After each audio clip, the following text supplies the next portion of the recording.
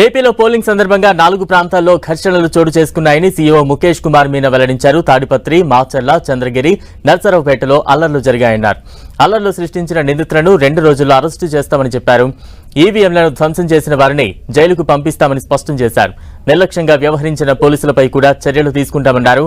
ఇప్పటికే చంద్రగిరిలో 30 మందిని అరెస్టు చేశామన్నారు. బట్ పోలింగ్ అయిన తర్వాత కొన్ని ఏరియాలో చాలా స్పెషలీ 4 ఏరియాస్ తాడిపత్రి, మాచర్ల, చంద్రగిరి, తర్వాత Narasaraopet. These are the 4 areas where lot of incidents were reported after the poll. From yesterday onwards, Election Commission is in touch with DGP and some special steps already DGP garu ninnati nunchi initiate chesaru.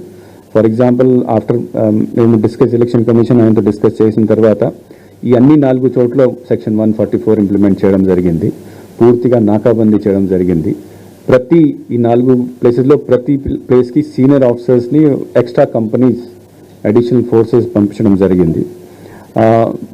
అక్కడ local movement కూడా పూర్తిగా control చేసేశారు.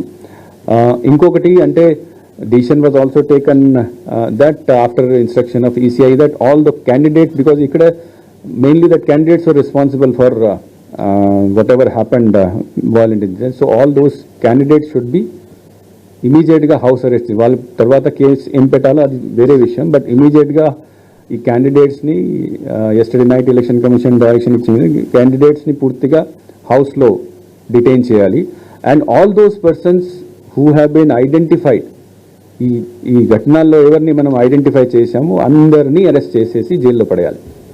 So that was the instruction given. నిన్నటి నుంచి ఈ process start అయింది. ఆ process start అయిన తర్వాత exact figure I will not be able to tell you, but people have started getting arrested. I remember that Narsaraopet, then Macharla, all these candidates have been, and other major leaders have been put to house arrest. And now yesterday Chandragiri incident అయిన తర్వాత అక్కడ కూడా ఒక 30 మందిని arrest చేయడం జరిగింది. So that thing is continuing. So apart from ఇంకొకటి election commission ఏం చెప్పిందంటే మీరు వైలెన్స్ ఇన్సిడెంట్స్ మీద యాక్షన్ ఎనివే తీసుకోవాలి. దీంతో పాటు కొన్ని చోట్ల మషీన్స్ని కూడా డ్యామేజ్ చేయడం జరిగింది. సుమారుగా 9 ప్లేసెస్లో ఇట్లా జరిగింది. ఈ 9 ప్లేసెస్లో కూడా అందరినీ ఐడెంటిఫై చేసేసి వాళ్ళని కూడా నెక్స్ట్ 2 డేస్లో అరెస్ట్ చేసేసి జైల్లో పడాలి. This is the instruction of election commission.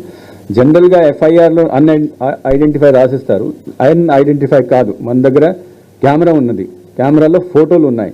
Photo చూసేసి ఐడెంటిఫై చేసేసి those people should be arrested and they should be put behind bars, and then case should be severe case should be initiated against them.